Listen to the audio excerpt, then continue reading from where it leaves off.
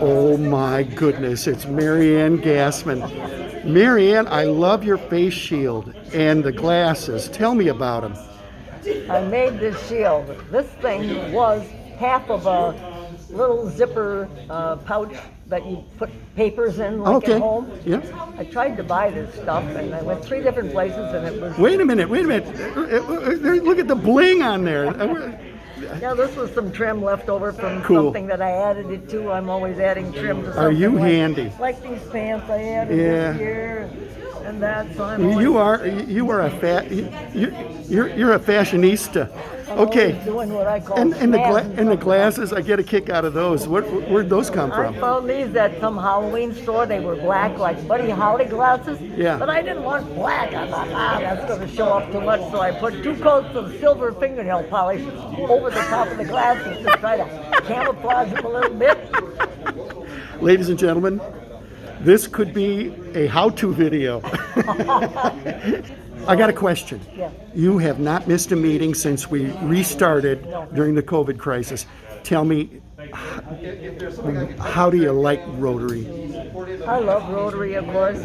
I'd come if I had to come in a wheelchair. I love the club. I love the camaraderie. I love all the friends that I have here. It's informative with the speakers. It's just very, very... I'll be in Rotary Club till I die if I can get here. I'll roll you in. There you go. All right, here's one of our president-elect people here. One of them, yeah, the one only one. one. One of many. And HR Cook, and there's Ed Raber. Ed Raber, remember the meeting that you hosted? Yeah, no. Yeah, but you got masks on. Yeah, masks on. All right, I so think I smell. the question is that, I mean, of all the events we've had while the COVID pandemic has been going on, the bagpipes clearly was one of the most popular one, and that was Ed Raber doing our international music thing. And were you shocked at that? I was.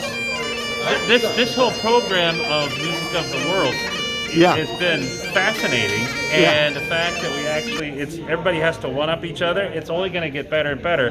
But the bagpipe, the only thing, read my lips. Okay. The only thing that could be better is if it had flames coming out of the bagpipe section. And a unicycle. Yeah. Okay. Well, Ed, I tell you what, I really enjoyed that. I want to see more of the Irish bagpipe, though. You know, that what is commonly called. Patty Mahoney. Is there a Spanish bagpipe? Yes, it's a very popular instrument. I'll be darned. I just Who got knew? excited. Well, Rarely can I get anybody excited with a mask on, but I think I just did it. well, this is why I belong to Rotary Club, because I'm learning something every day. That's right. Bagpipes bring the world together. You bet they do. I'm Anna Woodhoff, and I was a Rotary Youth Exchange student 2019 to 2020, and I spent 7 months over in Madrid, Spain. I was in a suburb called Majadahonda, and I went to school over there, a normal Spanish high school. I played rugby with the rugby team, and I met lots of great and incredible people over there. Oh, great. Did you get a chance to go to Barcelona and see Barcelona? Yes, I did. That was actually the Is last it amazing? city I saw. Yes, it was absolutely incredible. There's every street that you walk down, you feel like you're just totally in a different place in the world. Like, it's so different, it's hard to explain, but everything is just so beautiful, and all of the architecture from Gaudi, and seeing just these city streets that have been there for hundreds of years, it's absolutely incredible to see all the history in the city. Well, I love your jacket. Thank you. Very, very nice. Thank you. Okay, have a good show. Thank you. All right. Hello, everyone. We're going to have John Luckstead lead us in the pledge today. Pledge allegiance to the flag of the United States of America and to the republic for which it stands, one nation, under God, indivisible, with liberty and justice for all. All right. And we have Ed Raber for invocation. Please bow your head. Father in heaven, during these turbulent times, be with us, show us your guidance, help us see your way through this, help us to understand the plight of others, help us to understand our neighbors, friends, colleagues, children, and parents. We ask that you help us see and implement the 4-way Rotary test. It's not biblical, but is a code that helps us understand how we can be a better people to live in our communities and in our world. We ask this through your Son. Amen. Thanks, Ed. And visiting Rotarians, Mary Ann? Or guests and visiting Rotarians. Hello, everyone. I have no guests listed on my sheet. Does anyone have one that didn't make the list here? We have two new members, though. Oh, two members. Oh, Chad okay. Wolbers here. Oh, hi, Chad. And then I have not. Yes, welcome back indeed. Yes. Sorry. Yeah. Yep. I was going to say, I don't recognize that fellow. I'm Brent Schneider. This is my second meeting. Oh, I thought you last time. I'm with Spawn and Rose Lumber. Oh, Hello, Brent. thanks, Brent. You just checking us out, or have you joined, or are you going to join? Yeah. Oh, okay. Cool. You can't have any more fun than this anywhere going to lunch in Dubuque. So, All good. welcome. Okay, that takes care of me. All right. Sorry about that, Brent. I must have missed you the past meeting. All right. Well, we've had such a weird year. We have some new members, and we haven't had an induction or a orientation of new members and whatnot, so it's kind of weird. All right, so club announcements.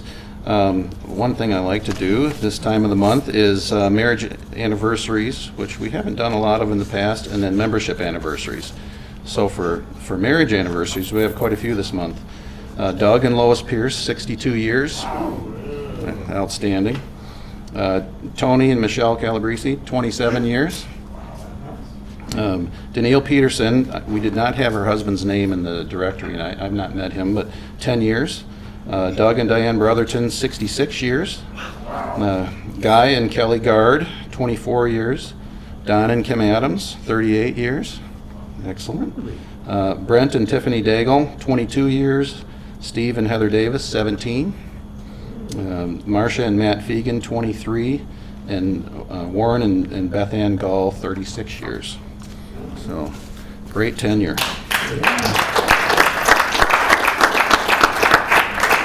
That's definitely worth a handshake in this world. All right, so at club membership anniversaries, we have a few of those too. Mike Armstrong, 25 years. Doug Brotherton, 51 years. Rachel Otting, 6 years. Randy Taylor, 8 years. Andrea Beecham, 9 years. Frank Zahn, 17. John Stewart, 3 years. Sudhir, 7 years. Charlie Green, 23. John Donovan, 19. And Roger Schaefer, 19. Also worth an applause. Okay. 50 things about Rotary. Danita started that, as you remember. We've done some of them this year. Number 40 is about Interact. So Interact, the Rotary Youth Program, was launched by the Rotary International Board of Directors in 1962. The first Interact Club was established by the Rotary Club of Melbourne, Florida.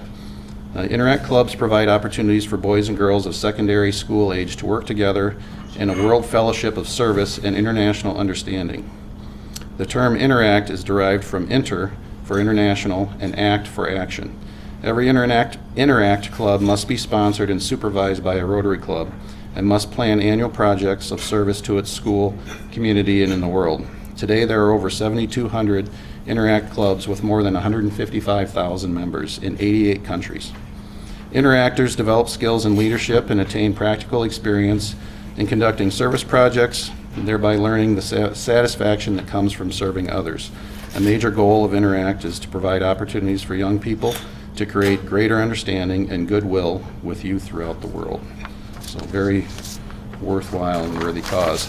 I don't remember how many members, Interact members we have locally, but Hempstead and Wahlert, I believe, are the two schools participating right now. Steeple Square opportunity I mentioned last week, so I passed the word back to Dick Gregory that we would do that, the social event. They're not scheduling dates right now. They're getting interest because of the COVID situation. They're trying to be cognizant of that, so they will get back to us when they know some dates. And then, again, I'll put the word back out to all of you who want to guest bartend with me. So that should be fun. Sandy is not here, so we don't have the sign up for the Arboretum Cleanup Day, but again, that's October 24th, so if you want to sign up, that should be around next week. ARC Advocates, we talked last week, we're basically done with the program, and we wanted to show some pictures, and we were having our technology difficulties last week, so I want to show some of those now for you. So thanks to Ed for taking these pictures. Nice bar. Oh, look here, there's Tim.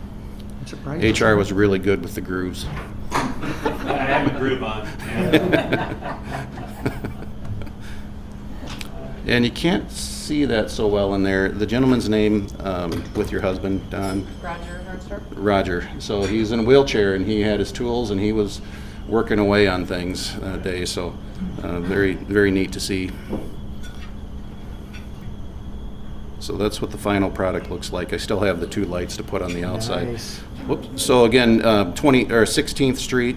If you go down 16th Street under the bridge, right by the Riverwalk, that's prominently displayed there. So on both sides, people would see that signage. So Spawn and Rose, thank you for the contribution, and then our Rotary sign too. So very prominent for all of us. So pretty nice.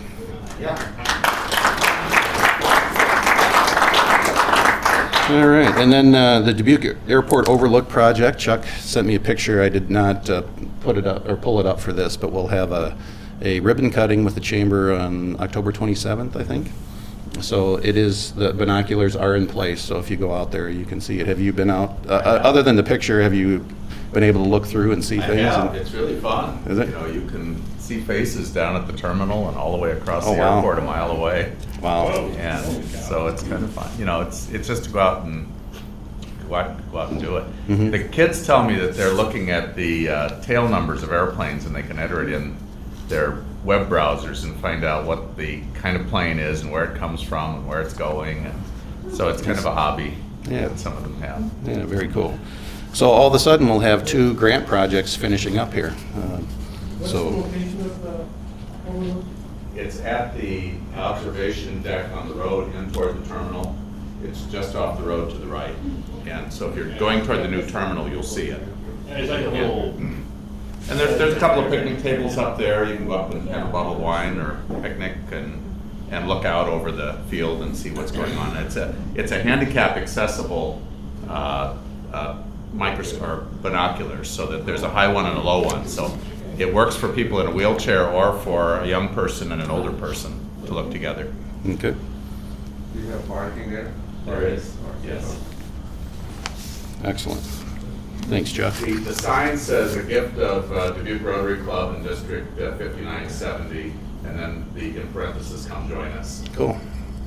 And the airport did that plaque for us, or did you arrange for that? No, the plaque was part of the grant. Okay. The airport installed it for us. They put the cement pad down. Excellent. Very good. So real quick, I want to pause here. We have a few people online. I'm hoping you all can hear me. Could somebody just mute and see if we can hear you, just for our test?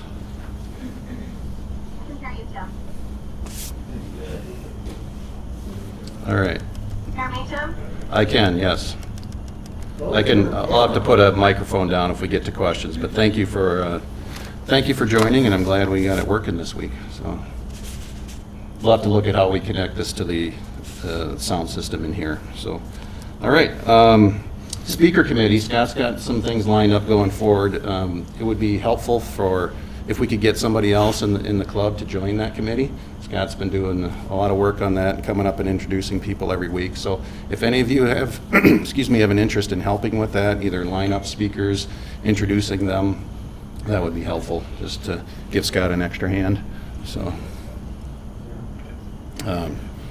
couple weeks we have Ashley Hinson coming. So we've invited both parties, political parties, because we're a apolitical organization. Ashley's the only one who's accepted, so we will have one candidate coming in 2 weeks. So, Ed Rathel, Ed Raver, caught you getting a cup of coffee. Okay, so I think we have $21 in here. How do we have an odd dollar? I don't know. But I think there's only 21. So somebody. Two. What? I put in two. was required. Oh. Yeah. Supposed to be two? Okay. That's Right. not the explanation. It's still even. It's still even. That's still the. Maybe somebody put in one. Right, right. Somebody's generous, or Ed shortchanged me when I gave him a It's a great time to be 10. in here because it's a short time to do this. So this is what we have. I love this. I play the bagpipes, but my heritage is all Amish, and so like if there's anything that they love is like re-gifting. So here's like something that somebody didn't take last week. Thank you. I think that was Kim's wine I from was last leaving it week. for you. Oh, you were leaving it Yeah. for me? Oh.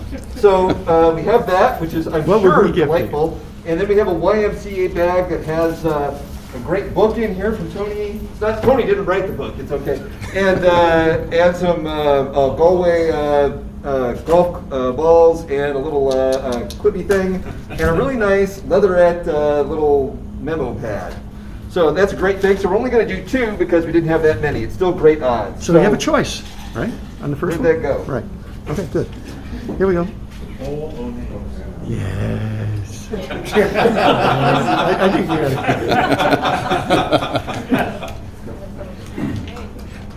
Scott going. Scott, 3 weeks in a row. Scott,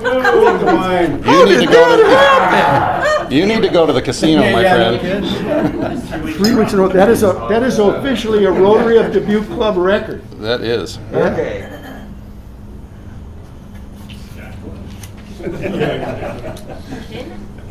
That's 3 weeks in a row, too. It's 2 weeks in a row, Kim, but you'll have to settle for the golf balls. Thank you. Thanks, everybody. She is so cute. Scott and her, Scott, they're the winningest Rotarians in the club. I should say so, yes. All right, so Happy Dollars and announcements. Let's get this. Okay, let's have the microphone. Thank you. Happy Dollars. We need that mic so that the people online can catch it Yes, too. yes, we have to use the mic. I'll hold it. Don't worry about it. Don't be afraid. I had it sanitized. Nobody's happy. I'm happy to hear of Anna's adventures in Spain. Oh, that'll be good. And Yeah. getting COVID and recovering there. Oh, jeez, Ooh, give it away. yeah. Give it away, our secrets.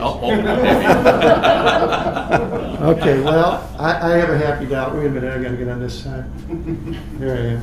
I have a happy dollar because we went to Waukon this weekend, in the beautiful fall colors and everything, Sunday, and we went up to the farm that has our puppy. And we got a chance to see the puppy and the mom and all the little siblings, and my phone is full of puppy videos, and we're getting a puppy, and it's a cross between a Maltese and a Yorkie, and we've had both breeds, so hopefully this is the best of both breeds. One would assume, so that's my happy dollar, and I'm sticking to it. Tony, I am happy the Cubs are in the playoffs and the Bears are 3-0. Holy cow. yeah. Another reason to go to the casino. You're lucky right now. I got one. Okay, great, here we go. So this is this made me laugh so hard. So this is quasi-political, but making hay out of a weird situation. Steve Davis on his Facebook and other social media accounts. The whole thing with there was some information out about the president's taxes and things. Steve turned that around and said into a business opportunity and said it took seeing Trump's tax returns for you to realize that investing in real estate has significant tax benefits. And it gives a phone number. Let me see that. Why, of course. So I thought that was my biggest laugh of the whole week was Steve Davis. I don't know if he made that up or what he did with that. I'll pay you later. Okay. All I can say is I'm glad Paul Hammer's not here. Anybody else? Anybody else? All right, good. All right, good. Okay. So, let's, we'll turn it over to Anna then as I get everything set up for her. Yep. Hopefully this Ooh, look at that, isn't it? camera thing is working out. So we're goofing around with this little camera which allows me to spin it around and see the crowd. So we eliminated one of the conflicting devices from last week. Oh, yes, sorry. Oh, yeah. Music of the World is supposed to be $2. I always forget. Yeah. Thank you. Way to go, Oh, Chuck. good, thank you. The honorable citizens, right? It is. Yes. All right, I think I got this up, Anna, or Scott first to introduce Scott? Anna.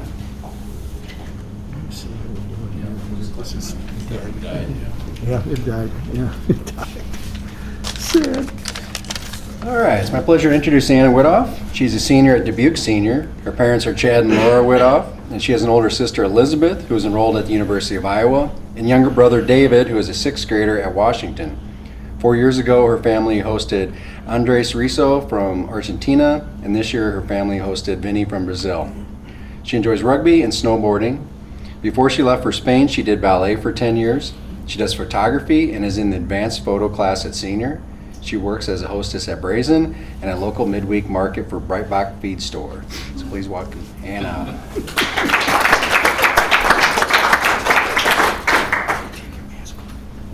There you go. There's her face. All right, hello everybody. I believe the camera might be a bit high. How's she look? There we go. Okay.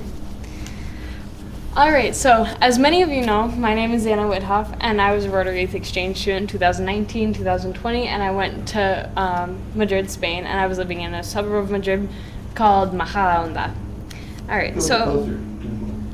All right. There you go.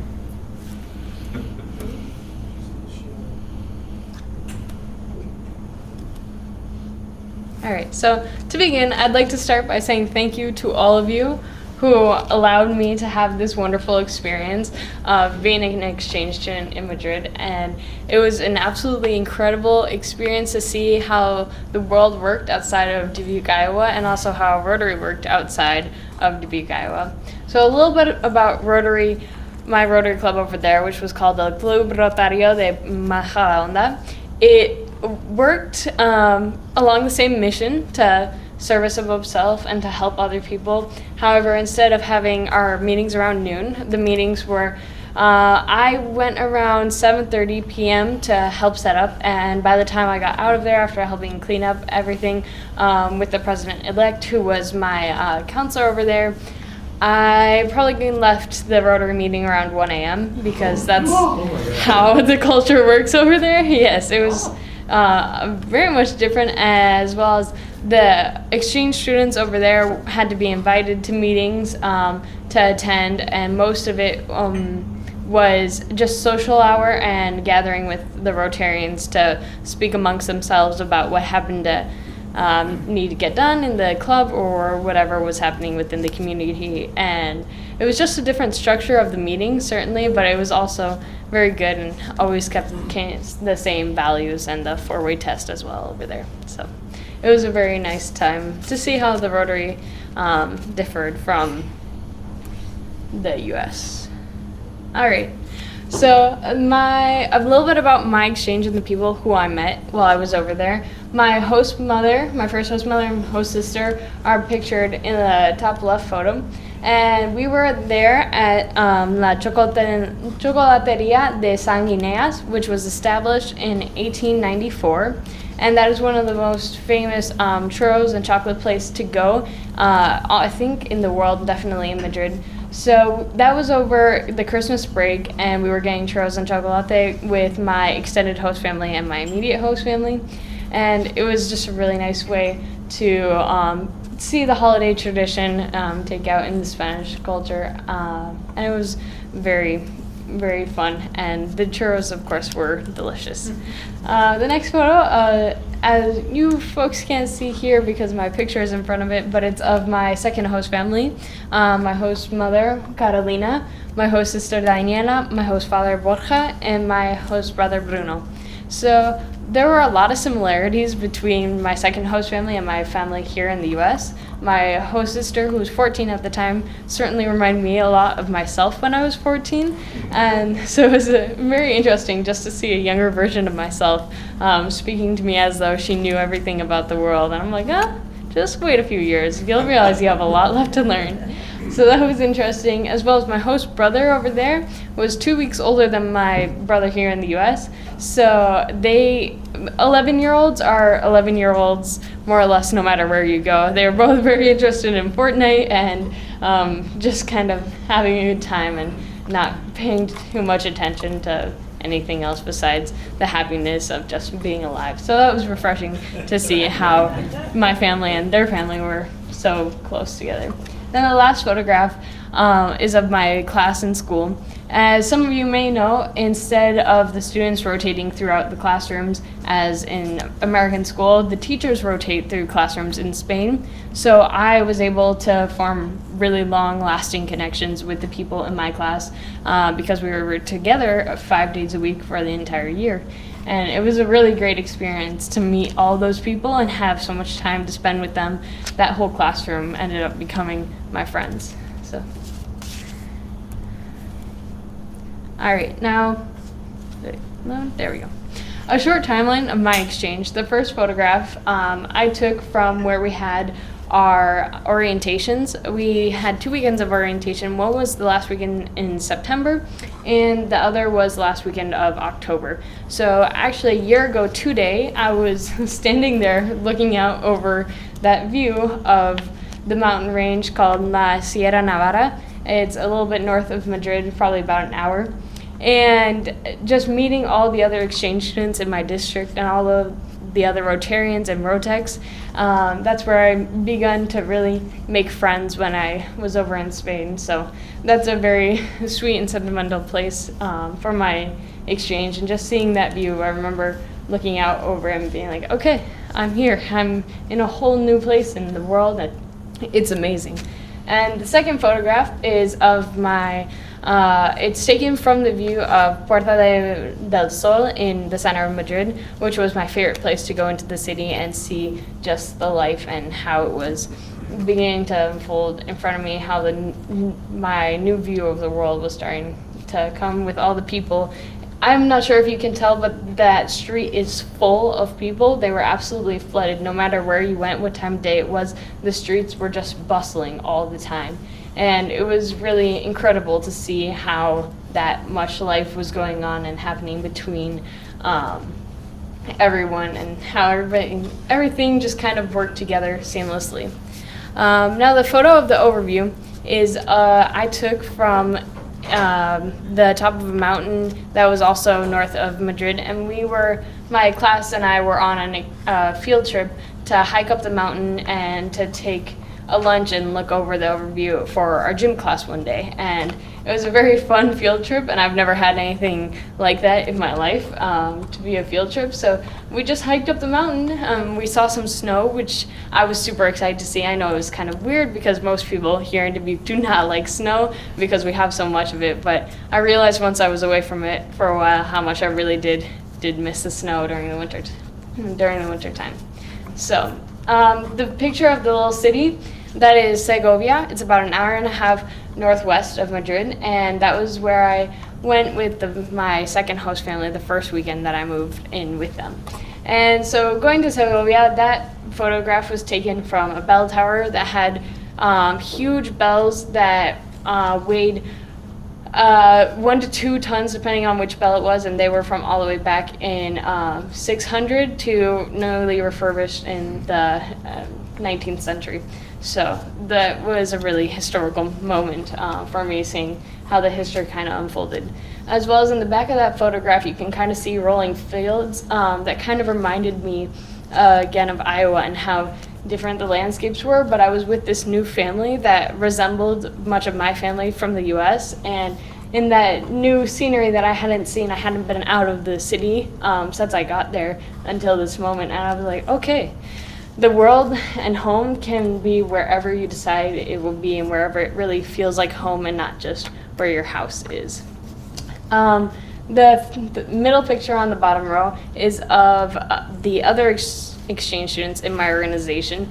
And we were on a tour of Spain. This was in the middle of February, so before everything shut down, it was kind of our last breath of fresh air. And we started in Madrid, and then we went down south to Cordoba, and then to Sevilla, and that photo was taken in Sevilla. And then we went east over to Granada, and we saw the Alhambra and different major cultural sites there. Then we went up to Alicante, Valencia, and then finally to Barcelona. Then I came back to Madrid, and I spent a day feeling okay, and then the next day I was totally sick. And I believe that was with COVID-19, but there's no way to be sure, being that the antibodies would have been different from over there, and I didn't get an antibody test until much after I came back. So that was definitely an interesting trip, and the memories that I made over there were incredible. I was with 40 other exchange students, and we had the time of our lives learning about Spanish culture and being in the different cities. We saw flamenco dance. We went to the Alhambra, as I said. We saw the sights of Madrid, as I had seen many times, but with all the people from other districts in Spain, not just my district in Spain, which was 2201, also 2202 and 2203 were there, and it was a really incredible experience. Now, the last photograph is of my rugby team, which were kind of like my second family once I began to play rugby over there with the Olímpico de Pozuelo. It was a female rugby team near my city, and it was a lot of fun. They took me in as one of their own almost instantly, and it was a really good time, although I had no idea how to play rugby. It was a sport that I had never tried, and I was like, well, I'm trying something new every day here, so why not try another new thing? And it was a really fun time playing rugby, and very different than how I had played ballet or done ballet before here. So a big switch, but it was well worth it. Yeah. All right. So some of the culture in Spain is definitely very different than here. So over in Spain, if somebody asked you how your day was, you can't just say good. Just saying good is not good enough. They want to know how you actually are. And when you're walking around the streets, I met people from all over that wanted to know who I was and how I got to Spain and what I was doing here and where was Iowa and what is Iowa, and they had no idea. But every once in a while, somebody would know what Iowa was. One time I was walking around the streets of Madrid, and I was stopped by this French couple. They were looking for directions. So that, to begin with, is a huge compliment for an exchange student to be asked for directions in this place that you feel is home, but you don't necessarily look like that might be your home. So that was a huge compliment, and we began talking, and they wanted to know more about me, and I said that I was from Iowa, and they said, hold on, no way, we have some relatives that are from Cedar Rapids, Iowa. And it was just, oh, wow, okay, the world really is super small. So that was really important to me to see. All right, so the feeling of being in one of the largest cities in the world at the age 16 is very hard to describe. I realized being over there and being able to walk around the city that I was more than just a student at Dubuque Senior High School, and I was more than just a daughter or an exchange student or a sister. I was truly becoming a part of the world that was around me. And every day I realized that more and more, and my curiosity grew more to not only know more about myself, but to know more about the world around me and what it had to offer. And instead of learning how to live my life as I had for the past 16 years, I began to live my life to live more, to learn more about the world. And it's difficult to explain, but it was an incredible feeling being over there.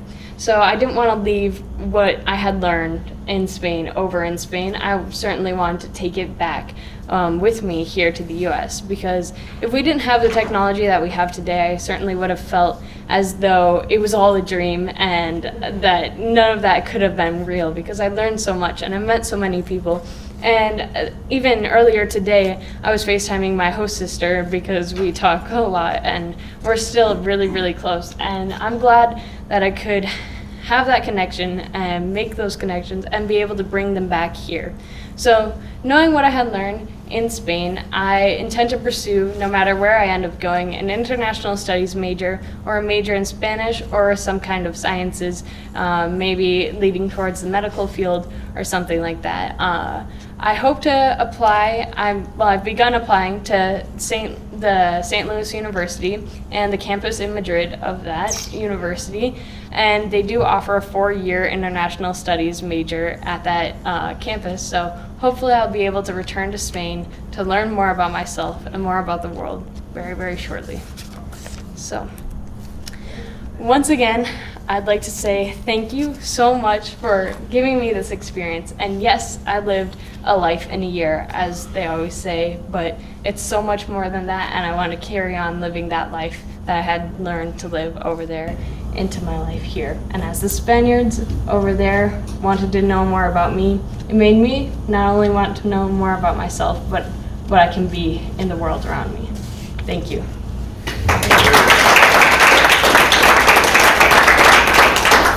We have a former Rotarian living in Spain right now, Yes. and the Lepkes. Did you see them? Can you? I was not able to see them. I was in Alicante for only a day, and I never had time to go visit the other exchange student from 5970 who was living in Alicante because of the shortened timeline, and we were only able to begin traveling by ourselves in February, and shortly after that everything was closed down. So. Right. You're right over here. No question, but thanks for the great presentation. I just have to comment that I still dream about those churros. I had the opportunity to have them in 2008, and they are the best in the world.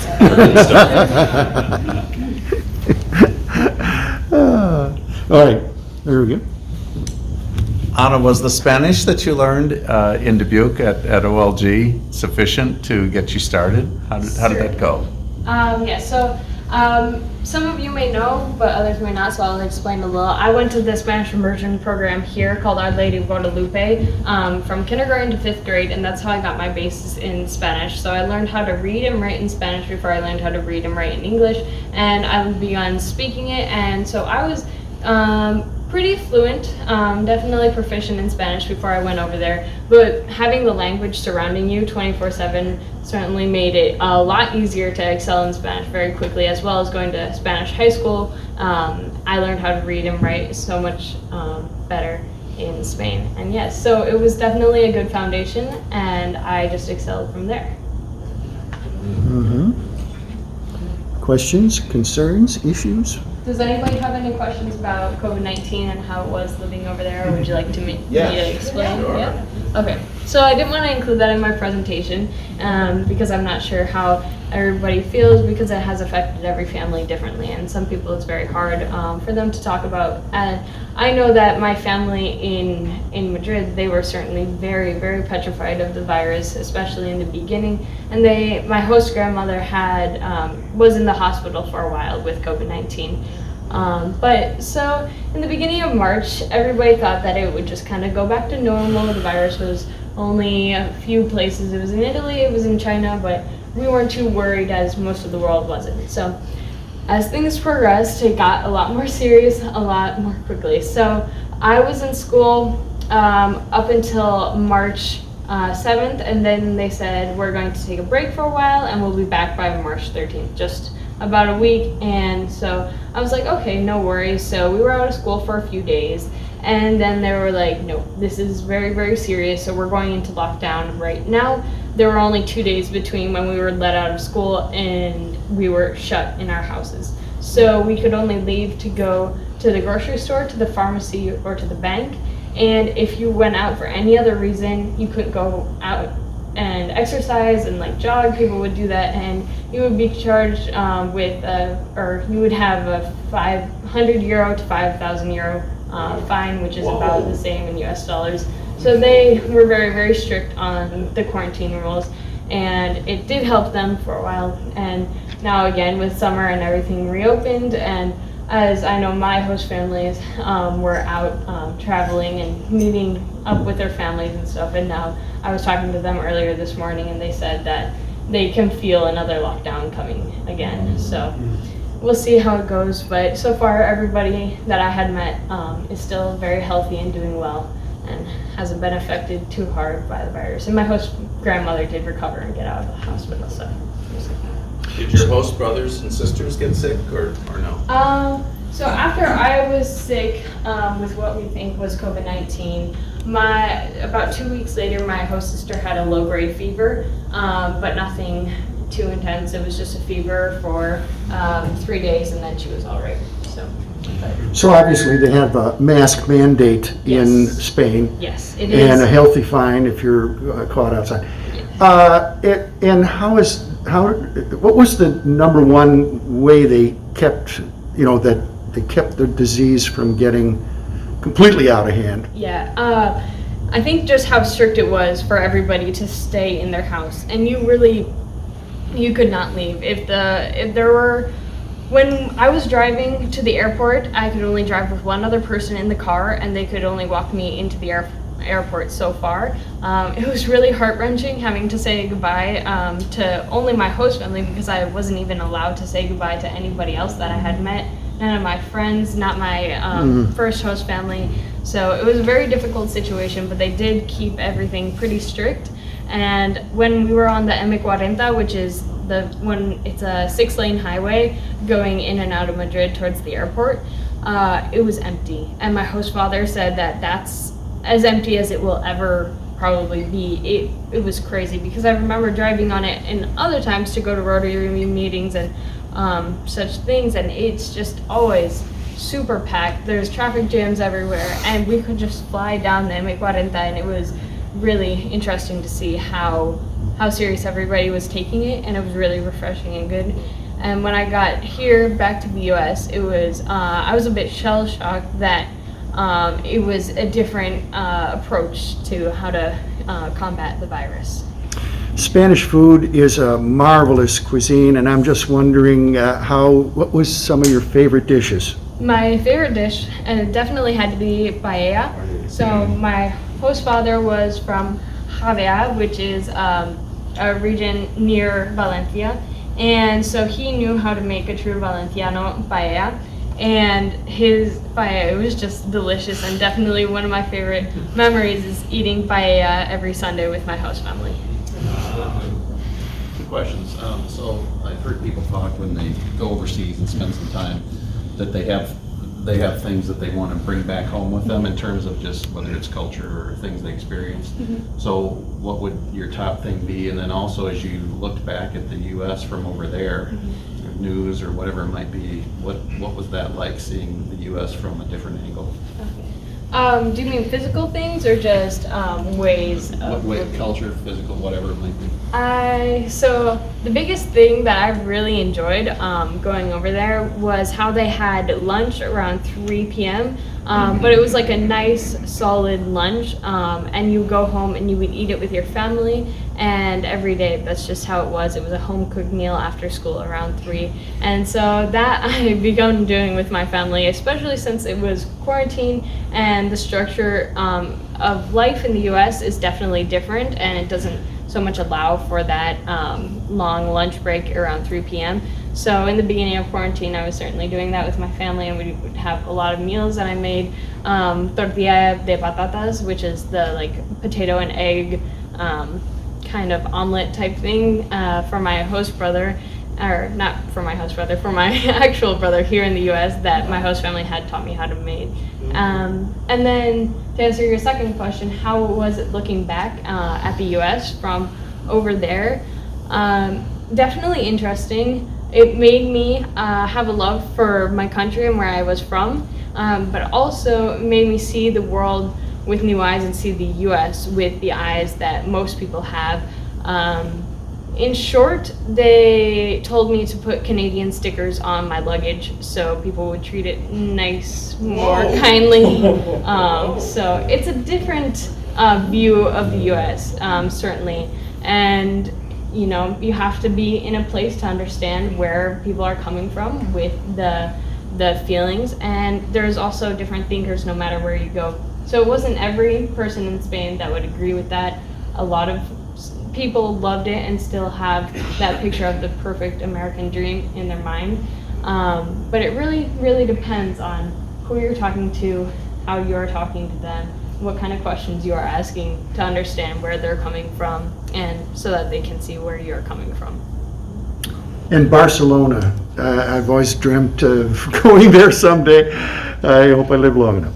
But what I'd like to know is, what was your impression of Barcelona? It's literally an art museum that people live in. Yes, certainly. The architecture and everything in the city, walking down the city streets, you feel as though you are in an art museum full of culture, and there are fountains that the Barcelona soccer team would drink from before every game years and years ago, and now it's just sitting in the middle of the street, and it doesn't work, thankfully, especially during COVID. We can't drink from waterways, but yes, it's definitely rich in history. No matter where you go in Spain, there's always something to learn, and Barcelona was an incredible city, and I really hope to get back there soon.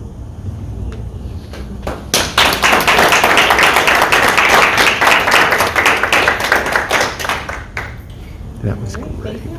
Thank you. Thanks, Anna. I think you'll go far in life. And as Rotarians, we're happy we could be a part of that. All right, so next week we have Gary Kilberg, Lock and Dam number 11, and we'll do the intro, Gary. So we're adjourned. Have a great week. I got it.